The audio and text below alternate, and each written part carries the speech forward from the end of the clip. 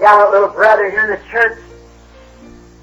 And he was a soldier, got blown all to pieces in the army, almost laid out for dead, and said the medics didn't think he'd live and wasn't even worth fooling with. He was so far gone, the main nerves in his legs burst in his little arm, almost broke completely off his leg, one leg off nearly. But God, seeing grace, saved him and healed him one day. He was Brother Roy Roberson's present when that picture was taken there at Houston. I'm Brother Roberson. I'd like to take a few minutes to relate to you some of the great miracles that I was privileged to see during the years I was with Brother Branham from 1949 to 1964. The first time that I met Brother Branham to speak to him was in Houston, Texas in 1950.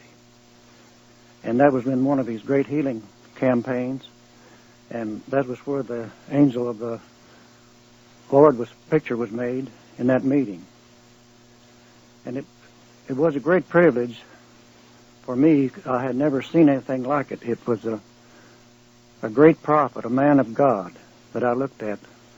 And that first night that we was there in the meeting, the wife and I, my wife was a third one in the prayer line.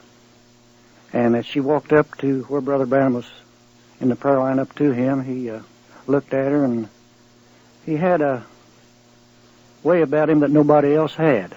And he said, "Oh, sister, I see that you live in 7 miles of where I do.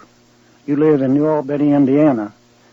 And he said, "You and your husband has driven all the way down here and to get here being this first night of the service."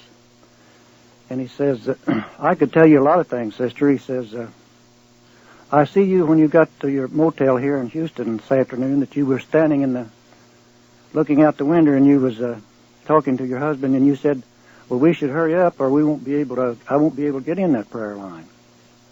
And I marveled at when I heard this. I looked at him, I said, "What is this man?" He knew the secrets of the heart. And then he went ahead to tell her, he said, "I could tell you lots of things, sister, because I see you from the time you were just a small girl up to your life." And then that went on to be one of the greatest meetings that Brother Branham said he believed that he ever had, because there was great miracles happened in the mass prayer that he would have for the congregation, which was about 10,000 in that Coliseum.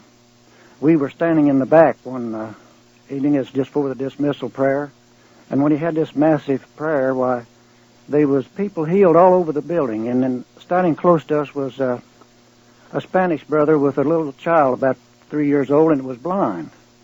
And we were, 50 feet to 100 feet away from the platform where Brother Branham was, or maybe farther. And during that prayer, that baby was healed. Its eyes came open.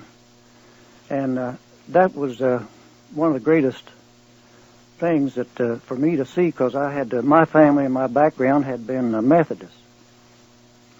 And so after we came back from that meeting, why,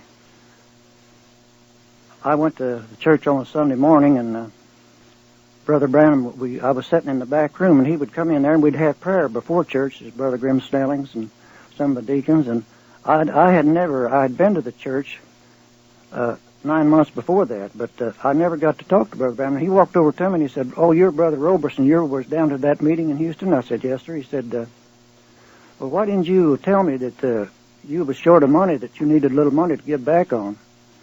And I didn't know what to say, because I didn't want him to know that. We had to come back about 2 nights earlier because we had run short of our money.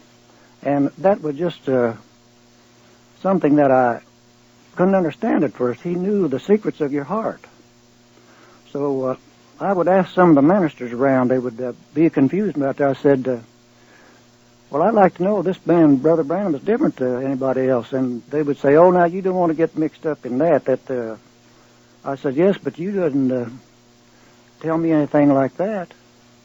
So from that time on, I lived in Clarksville, Indiana, and I came well acquainted with Brother Branham. I had been in the service, and he's talking about going hunting, and he'd asked me about some of the rifles and the guns, and so him and Sister Branham came to eat with us several times, and we just become great friends from that on. And 1953, he asked me if I would be a trustee on his board of the church, at the church there.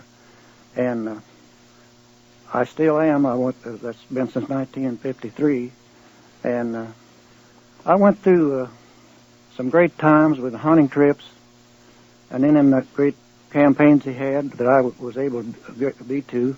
And he was a peculiar man. There was no one that I'd ever come in contact. I had been in service, and I talked to generals and all kinds of people, but this man, there was something different about him. To know Brother Branham was to love him. And he had a personality that he was just so kind and sweet. And there never was anything that came up in your life, any troubles or trials. But what if you go to him, he had some way that he would be able to help you.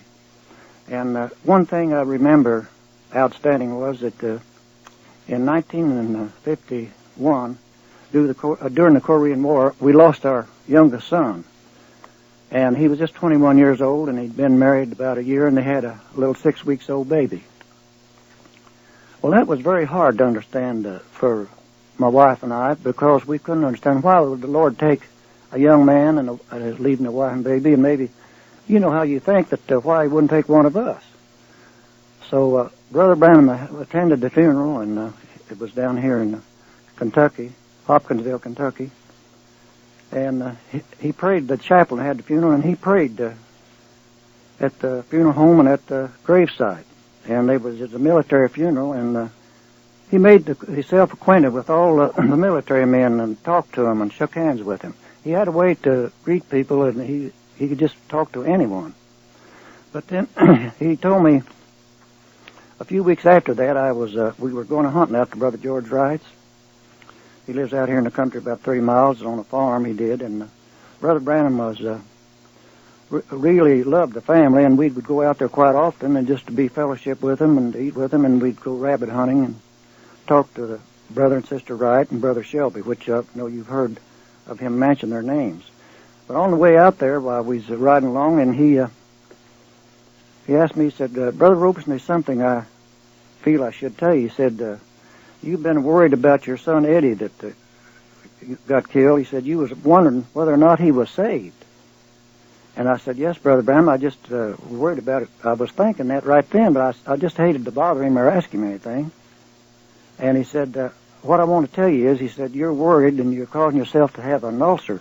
You said, you're a nervous type person like I am. And he said, another thing I want to tell you, Brother Roy, he said, I see you when you're laying on a stretcher over in France in 1944 when you were wounded. He said you were severely wounded in your right arm and both legs, and the nerves were severed in your legs, and your right arm was just hanging. He said they laid you out on a stretcher there with another soldier, and he said they thought you were just dying. But he says the Lord had something for you to do later. And then when he said that, my mind flashed back to the time it happened, and I was never unconscious, but I didn't know whether or not I would live because I was bleeding bad. And during that time I was laying there, there was a Jeep drove up with a chaplain in it, and he had a driver with him, and they had the flag on the Jeep with the cross to show that they were chaplains. And he came over to me. He was a small man, and it was a captain. He had captain bars on. And he knelt down to me, and he said, soldier, are you a Protestant, or what are your... I said, well, I'm a Protestant. In fact, I wasn't anything. I hadn't been saved. I didn't know the Lord yet. But I was praying real hard right then. And he said, the chaplain said the Lord's Prayer over me, and took hold of my hand when he said it, and then he went to my buddy was on the other side of me, and he was a Catholic boy, and he said a prayer for him. And I had never said anything about this to my wife or anybody, but that prayer always would be in my mind. And I had promised the Lord, I said, Lord, if you'll spare my life, I'll live for you. So when I was discharged, I wasn't discharged till 1946. I was in the VA hospitals for about 2 years. Well, I remembered that promise, that I'd promised the Lord I'd serve him. So I told my wife one night, I think it was on a Sunday night, I said, we have to get out and find us a church to go to and serve the Lord. So I drove around, and at that time we was living in New Albany, Indiana. We drove around to several churches, but didn't didn't get out and go in. We just drove in, so we wound up at the Branham Tabernacle. And we walked in there, and we sat down in the back seat because I hadn't been in church for years. And the Lord had just led us there. And that was, from that time on, I went there and still go there. But I hadn't met Brother Branham then until I met him in Houston, Texas. But then another thing that comes in my mind is we lived up here. We built a new home. That was in 1951 also, up on above Jeffersonville on the State Road 62. And it's right out of the suburbs of Jeffersonville. And at that time there wasn't any city water up through there. So I had a well drilled, and the driller must have drilled it too deep or something, and we didn't know anything about it till the plumber had hooked it up and had it hooked up into all the pipes in the house and everything, and we turned the water on. It was just pure salt water. And it was really, something. We just built the home, took about all we had to do it, and to have that salt water, we couldn't use it at all. So I told Brother Branham about it down at the church, and he said, well, Brother Roberson, we just have to ask the Lord and pray about it. So he said, I'll be up there. It was on Sunday morning. I'll be up there this afternoon and visit with you. So on that Sunday afternoon, him and Sister Branham came to the house, and he went out in the kitchen and turned the water on. He said, let me taste this water. I said, maybe it's sulfur water.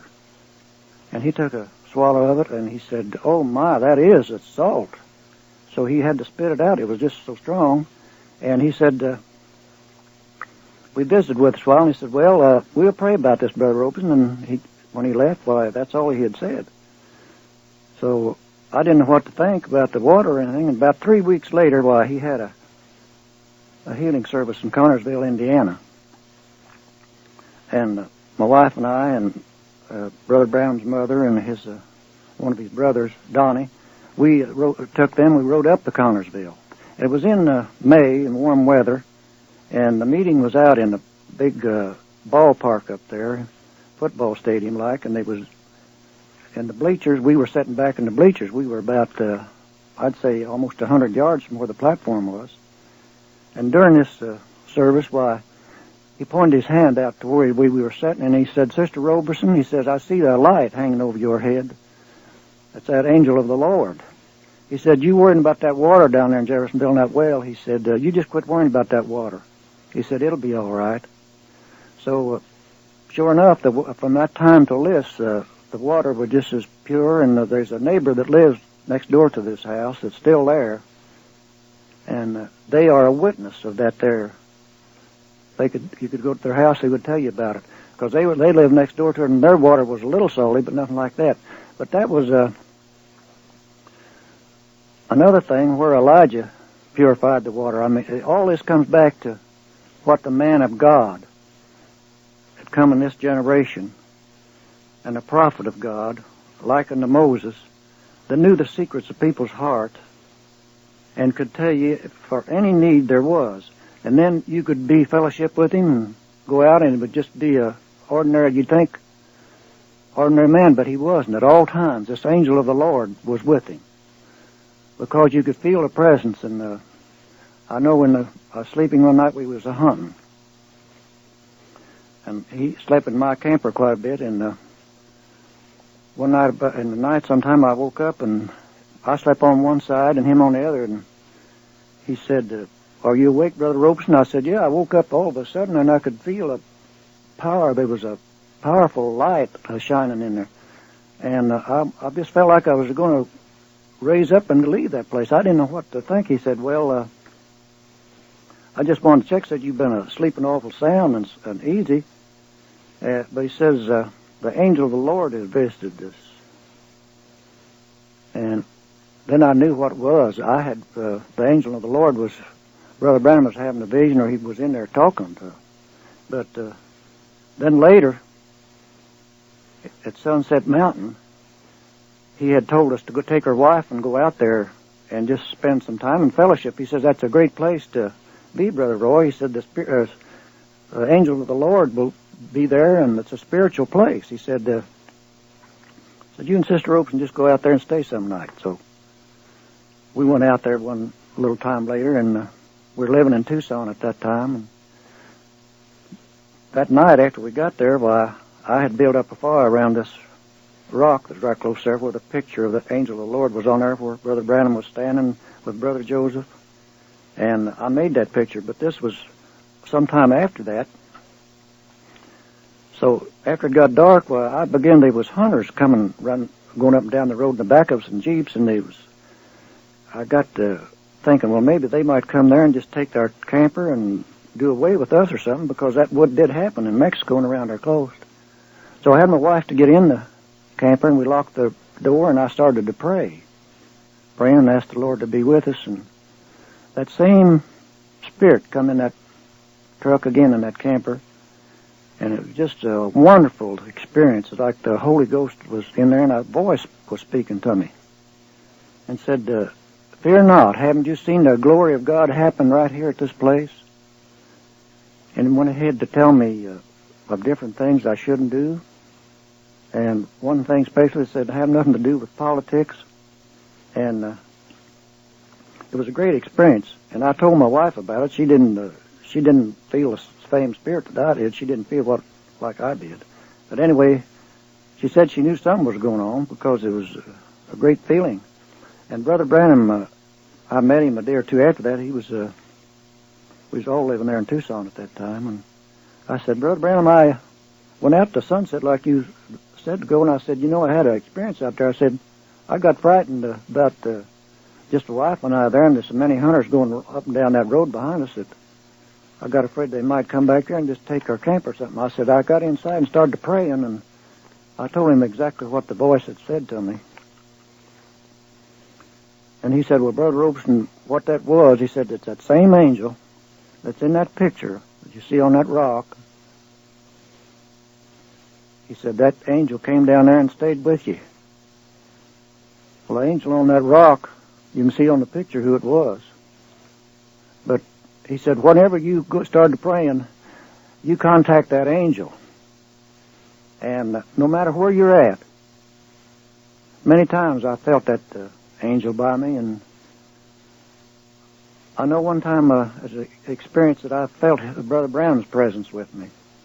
I was in a restaurant in Tucson, and these things happen in our lifetime where we had become a lot of my friends and ones that I'd fellowship with. There's little things would come up and seem like this special time they walked by where we were sitting at our table, and they didn't stop and speak and fellowship with us. And it hurt me real bad, and I just thought to myself, well, I don't believe Brother Branham would ever walk by here and not have stopped and said something. And all of once I could just feel, I could see him and I could feel him. He walked up and sat down there with me. Well, that was that angel that is with you, and if you pray and contact that angel, he'll come to you in sickness or whatever it might be. And it's another time that Sister Branham was with us, the wife and I, and we were at a Furs restaurant, another place out there. And we were sitting talking about Brother Branham and just fellowshipping, and all at once to become real quiet. And I could feel the presence of the Lord, of the angel. And Sister Branham, I said, can you feel that? And she said, yes. Says, he's here now, Brother Roberson. So that's the experiences we can have today if we'll just believe in what this prophet, what this man of God told us. And if we listen to those tapes, at any time we're in need, if we ask, we'll get what we have if we have that faith and believe it. And then I'd like to tell about this vision that I had. I had some visions that happened during the years I knew Brother Branham, and on the hunting trips, a lot of times that things would happen that he would tell us that was going to happen before it did. But this was a vision that I had. The Lord woke me up one night. It was in 1963. I think it was long in March, 1st of March. I was here in Jeffersonville, and Brother Banks Woods and I were remodeling the church down here to make it larger. And we'd worked on it all winter, and it was a cold winter, and we were just trying to get it finished up because Brother Branham was coming back in around the 1st of March to, or sometime last of March anyway, to preach the 7 seals. And we were in a hurry and trying to get it straightened up. The parking lots was all muddy, and we had to get that straightened out and dried out and put just crushed rock on it. And one morning before I went to work, it was early in the morning, about 4 o'clock, I woke up and my room was just lit up. And I was sitting at a large table with Brother Branham. Brother Branham said it was a table like a Lord's Supper table. And I was sitting on the east side of it. He was sitting right across like to be on the west. It was a large table, looked like it would seat about 25 or 30 people. And it was sitting in a narrow street, like in the Oriental country, in a narrow street like they have, and the sidewalks were just right back of where the chairs were on each side of the table. And I was sitting talking to Brother Branham about something about the church and the board or something like we usually talk about. And all at once I heard this whoosh, whoosh, like a whirlwind, and I looked up and here was that amber-colored cloud. It come right down over Brother Branham and took him, it just lifted him up and he went right in that cloud. And he went right into the sky and out of my sight. Well, I was real frightened. So I started to say, where in the world am I at here? And nobody, Brother Branham's gone. People were walking back of me and around, and they had turbans on their head. They was speaking another language, and they wouldn't even listen to me. It didn't sound like they heard me. I said, Brother Branham, come back. Brother Branham, come back. And all of a sudden, I hear this shrill wind again, and I looked up, and the cloud was coming back, and it was a terrific sound, and it come to the head of the table where there was a large chair at each end of the table, and it just went right, he sat right down in that chair. And all I could see of Brother Branham was from his, just around his waist up. And it wasn't the Brother Branham that I seen in the chair where he left. I could just see his face, and it was a bright, a terrific brightness and that amber color. And I says, Brother Branham, I sure don't understand this. And he spoke with a loud voice. And he said, Brother Roy, you wouldn't understand it, because he said, you're just like Simon. And it sounded like a loudspeaker. He spoke so loud. And then the vision left me.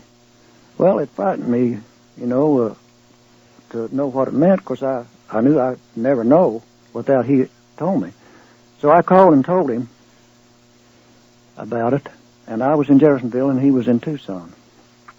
And just before he came back to preach the 7 seals. And he says, well, Brother Roberson, that was sent of you of the Lord. And he says, you hold your peace and I will reveal it when the time comes. So that didn't leave me. That when I seen that face, see his face in that amber cloud, it just stayed right with me. So it wasn't long, it wasn't but just a few days till he came back, and he came back with Brother Gene Norman and Brother Fred Softman. And I stand at the back of the Branham Tabernacle down here, and I was raking the crushed rock around the back door. And Brother Branham came over to started over where I was, and Brother Fred and Brother Norman went in the side door. Well, as he got up close to me, that his face was so bright and shiny that I had to turn my head. And I couldn't look at him because he was looking at me. So he laid his hand on my shoulder, and he said, Brother Roberson, I'll talk to you later. And that was a great change in my life when I looked at him when he walked up to me. That, I don't know, I know other people have seen it, but he went home that night. I didn't know this till later, and he told Sister Branham, he said, Brother Roberson has seen something today. I think he understands now. Well, there's no way for me to explain, but after that was after the angels had met him, and he was commissioned to come back here and preach the 7 seals. I think that after that, everything was different. But then he tells that on Standing in the Gap. He tells that their vision, And the time that Brother Fred and them, we were on a hunting trip up in British Columbia, and we're coming back. And he asked me about that, and then he talked about it. He told me to tell Brother Fred and Brother Welch Evans, when I got a chance, that vision, and that was the only two I was supposed to tell it, that he would reveal it. And he tells about it on different tapes. And then one more thing that the Lord gave me a vision of was, I was living in Tucson at that time, as 1964. I just moved out there in May, and this was later on in that year that Brother Branham would come back to Jeff during the summertime. He didn't stay in Arizona. He always liked to come back here and visit a while, and then he would come back. And I had just got there, and when he started getting ready to come back, I was real homesick to come too. He said it'd been a good time to come in October, Brother Roberson. He said it would get hot out here. And so I was real disgusted. And he said, Brother Roberson, you come out and stand in the backyard. He said, you live here in this apartment where I am and take care of these guns and things I've got here while I'm gone, you and Sister Roberson. But he said, you walk out in that backyard and look up there on that Finger Rock Mountain where Finger Rock is. And he said, you just imagine that you see Moses walking up that mountaintop, along that mountaintop. And he said, that'll make you feel better. I said, okay, Brother Branham, I'll do that.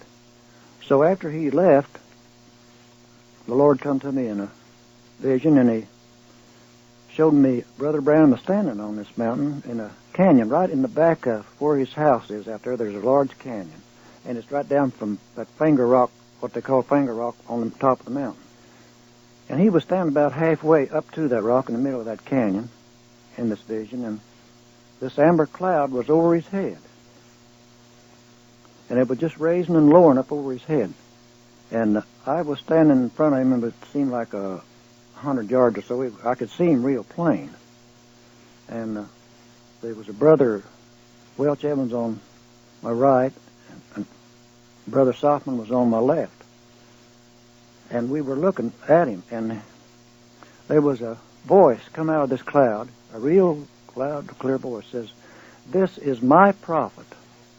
And as Moses was called to lead the children of Israel, so is this my prophet will lead this generation with a pillar of fire.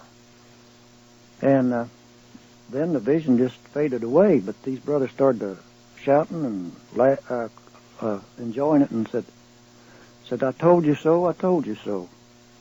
So again, I called Brother Branham. He was back here in Jeffersonville, and told him, and he said, Brother Roberson, that's another vision that the Lord has sent you. And he says, you don't tell anybody, because I'll tell it when the time comes.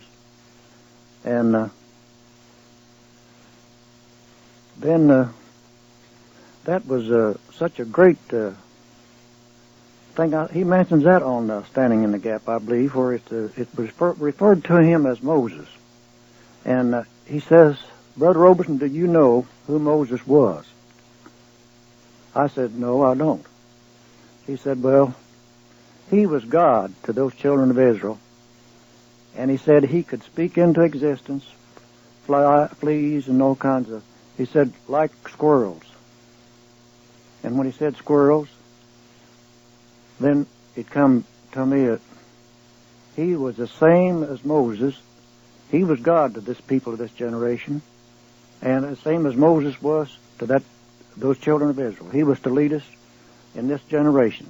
And it is the same thing. He says that you could go out there, and those places are special places. You go to Sunset Mountain, there's a rock.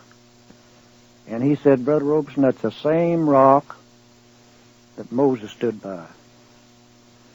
That's where the whirlwind came down, and then right close back over the mountain was where the angel of the Lord appeared to him. And the Catalina Mountains are the same way.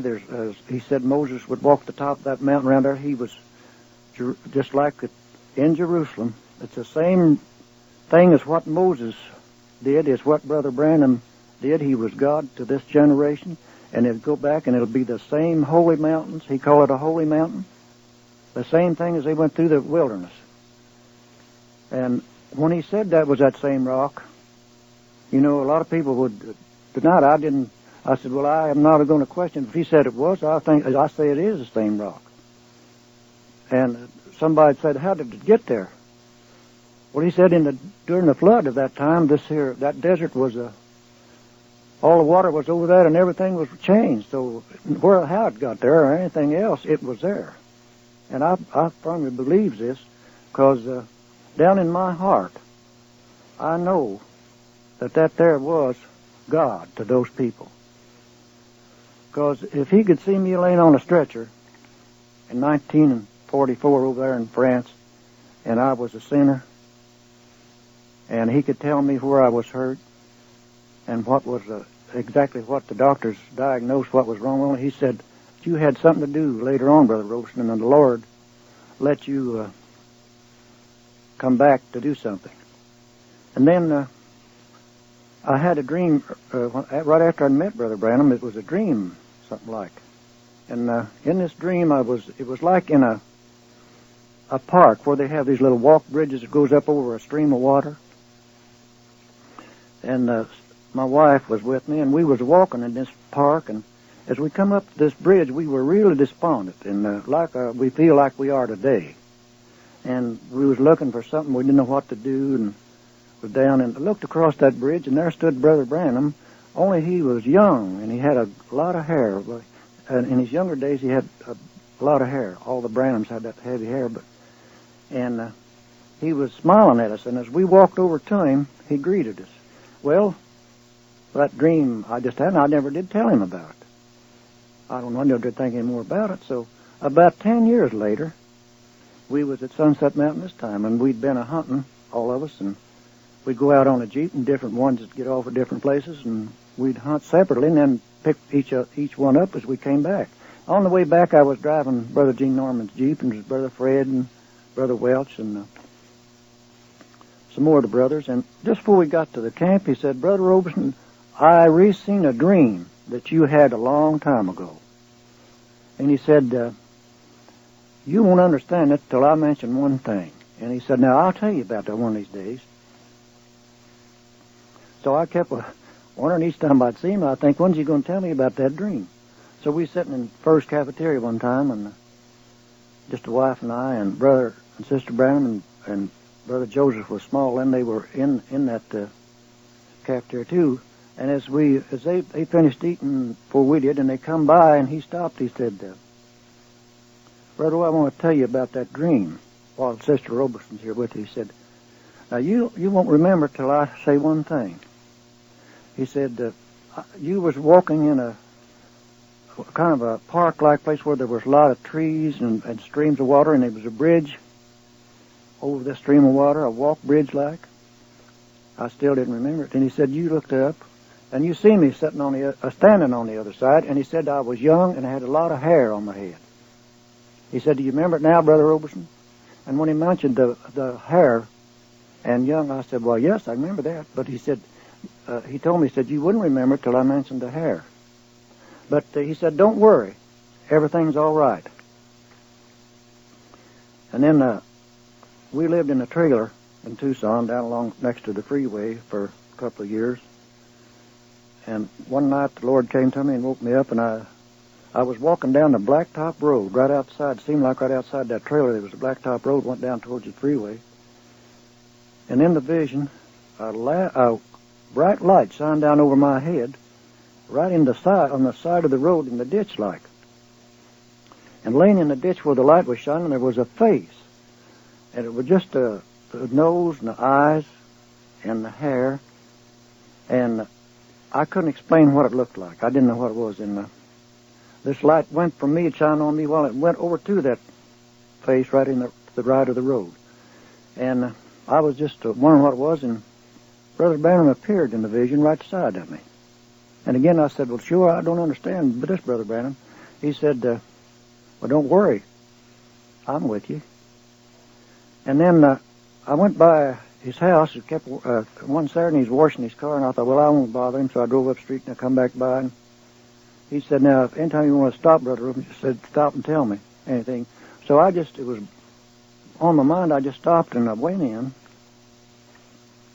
And Sister Branham would be on, she was in the one side of the apartment where they had their kitchen and everything, and Brother Branham had to use the other side. It was a duplex-like where he studied. My wife went in where Sister Branham was, and I walked in. Brother Branham was cleaning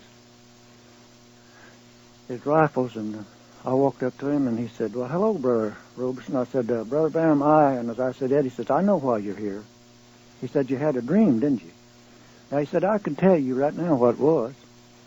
But he said, "When you leave," he said, you and your wife, he said, "you go home." And that was on Saturday. He said, "I'll come down there tomorrow," it's on a Sunday, "and I'll tell you your dream, but I want you to go home, take your wife and go home, and I'll come to your house." So next day I waited all on Sunday morning, and of course we kept waiting around about, I think it was a little after noontime, why Brother Branham came in his station wagon. He pulled up and stopped, and he come in, and he had a large envelope under his arm, a brown envelope. And he talked, like he used to did, a lot of things, and just fellowship. And there he said, "Well, I've come to accomplish this." He said, let me see how he said that. "Fulfill what I told you." He said, "I've come to fulfill that, take that vision." He said, "What you seen, Brother Roberson, on that face along the road," he said, "that's that picture of the Lord Jesus." He said, "You've got it hanging there on your wall, and you've got it hanging the wrong way." He said, "You turn that up, and you'll see that white cloud over him is supreme authority." He said, "If you remember in the attorney's office, they had those white wigs that they wore. But he said, that means supreme authority." He said, "That was the Lord Jesus Christ." He said, "You see his eyes and his mouth." He said, "What you have, you got your picture turned the wrong way. I didn't have it turned up right." And he said, again, he said, "Don't worry about it, Brother Roberson. I was there with you." But that was something great. And then there's I'll go from one to another. I may not get them just one right the way they came, but after the accident happened, why, Brother Billy had called me and told me what happened, and I called all the other brothers. Brother Billy had called me and told me what happened, and I called all the other brothers. And they had gone to Amarillo, and I was just in a bad state. I couldn't pray or couldn't even talk or nothing. And I didn't get to leave right away to come to Amarillo. But anyway, my wife was working at nighttime, and I was there in a trailer alone. And, we just couldn't understand anything. So I couldn't pray, and I was laying there. And all at once, the room I was in lit up, and Brother Branham walked up to the side of my bed, and he had on his hat, and his Bible was under his arm. And he reached down, got a hold of my hand, and he said, "Don't worry about it, Brother Roberson." He said, "I'll meet you at Mount Zion." Well, then I come to myself. I know, it was for a reason. I thought, he said, "Don't worry about it. I'll meet you at Mount Zion."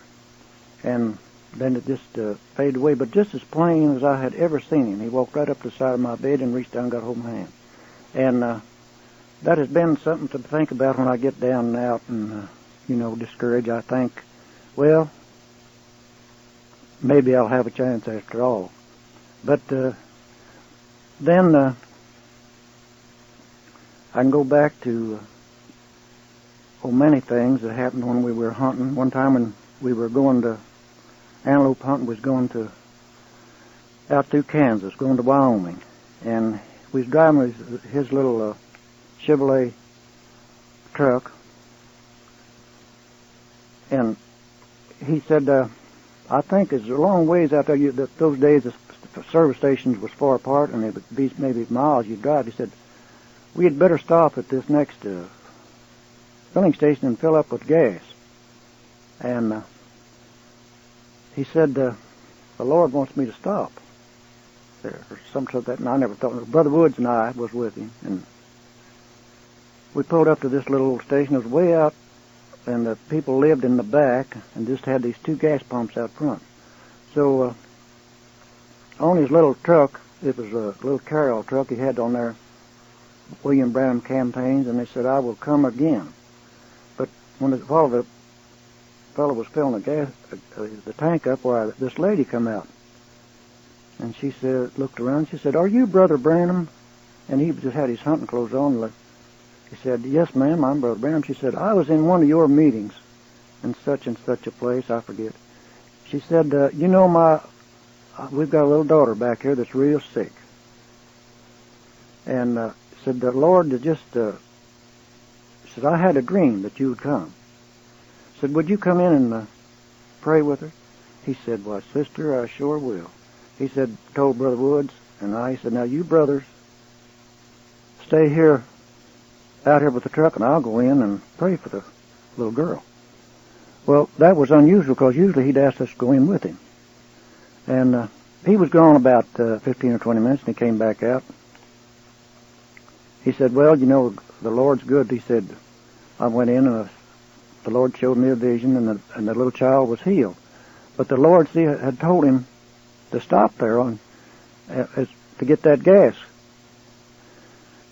And then in another thing was real good, I think, was there was a lady come to the church down here all the time. She'd be in all the meetings, and I might not call her name, but she had a habit that she's trying to quit smoking cigarettes.